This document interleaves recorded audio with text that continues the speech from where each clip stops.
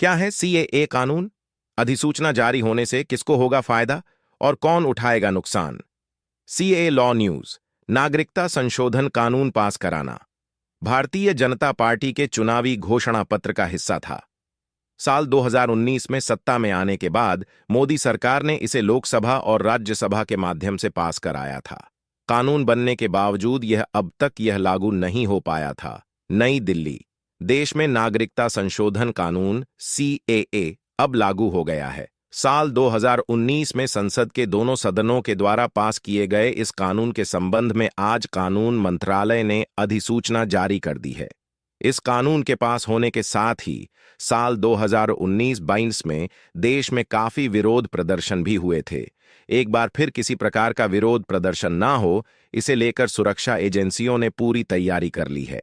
राजधानी दिल्ली के संवेदनशील इलाकों में आज फ्लैग मार्च निकाला गया है। सोशल मीडिया पर भड़काऊ भाषणों पर भी नजर रखी जा रही है। ऐसे में मन में सवाल उठना लाजमी है कि आखिर यह सीएए क्या है? इस कानून के पास होने के बाद क्या कुछ बदलने वाला है? आइए हम आपको इसके बारे में विस्तृत जानकारी उपलब्ध कराते हैं। नागरिकता संशोधन कानून क्या है?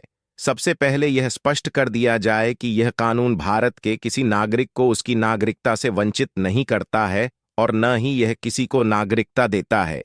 यह कानून किसी भारतीय के लिए है ही नहीं। सीएए के बीच ये भी जानें कि भारत के नागरिकों के पास कौन से दस्तावेज होने जरूरी किसे मिलेगा। नागरिकता संशोधन कानून से फायदा। दरअसल ये कानून उन विदेशी लोगों के लिए है जो भारत की नागरिकता के लिए आवेदन करते हैं। कोई भी व्यक्ति जो हिंदू, सिख, बौद्ध, जैन, पारसी या ईसाई समुदाय से है, वो इस कानून के तहत भारत की नागरिकता के लिए आवेदन कर सकता है। यहां गौर करने वाली बात यह है कि यह कानून केवल अफगानिस्तान, बांग्लादेश या पाकिस्तान में रह रहे उक्त धर्म के अल्पसंख्यकों को भारत की नागरिकता देने से जुड़ा है। किन लोगों को मिलेगी भारत की नागरिकता?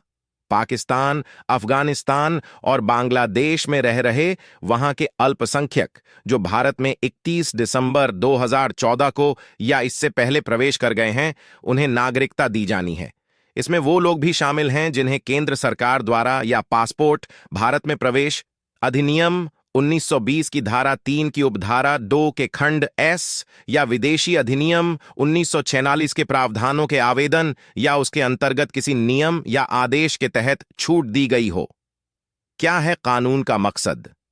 इस कानून को लाने का मकसद भारत के पड़ोसी देशों में रह रहे गैर मुस्लिम अल्पसंख्यकों को नागरिकता प्रदान करना है। पड़ोसी देशों में अल्पसंख्यकों की दयनीय स्थिति को देखते हुए यह कानून केंद्र सरकार लेकर आई थी, जिसके पास होने के बाद अब अधिसूचना जारी की जा रही है। क्या यह कानून मुस्लिमों के खिलाफ है? भारत सरकार का कहना है कि यह कानून मुस्लिम विरोधी नहीं है।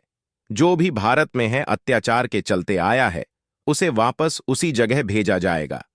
इसका मतलब यह नहीं माना जाना चाहिए कि वो कभी यहां नागरिकता के योग्य होंगे। वो लोग जिनके अत्याचार स्थायी हैं, उन्हें सुरक्षा दी जाएगी। हमारी नीति गैर समावेश की जारी रहेगी। अगर चीजें अगले 50 सालों में शरणार्थियों के लिए बेहतर नहीं होती, तो हमें अतिरिक्त तदर्थ संविधान के कानून की तरह उनकी सुरक्षा को बढ़ाने की जरूरत होगी। लेकिन फिलहाल ये इस सरकार की नीति नहीं है।